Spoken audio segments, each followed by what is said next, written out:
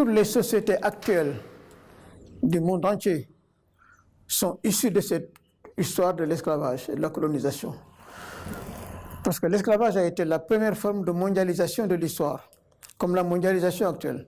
Son but était économique, son mécanisme était de transfert de population, forcé à l'époque, maintenant les migrants. Et la troisième, c'était l'exploitation et la domination et la discrimination. C'est le même phénomène. Donc les sociétés actuelles sont issues de la question de l'esclavage. Et rappelez que l'esclavage transatlantique a duré 5 siècles, précédé par l'esclavage transsaharien qui a duré 8 siècles. Donc c'est un phénomène profondément présent dans les structures sociales, dans les mentalités et les représentations.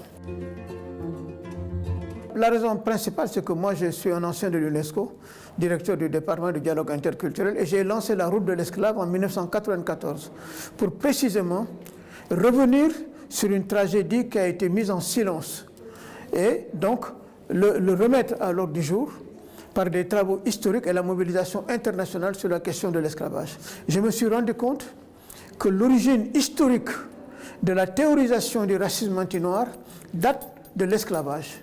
C'est au moment de l'esclavage, qu'on a voulu légitimer la vente d'êtres humains comme bien meuble tel que le définissaient les codes noirs par l'infériorité physique, mentale et culturelle de ces populations.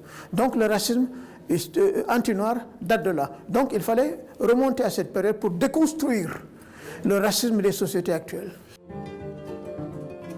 La première action que la Fondation, à mon avis, doit mettre en œuvre, c'est de pouvoir faire émerger la vision de l'esclavage telle qu'elle existe dans la société actuelle, par les travaux des historiens scientifiques objectifs, mais également par la mémoire des victimes de l'esclavage, qui sont une mémoire vivante. Esclavage.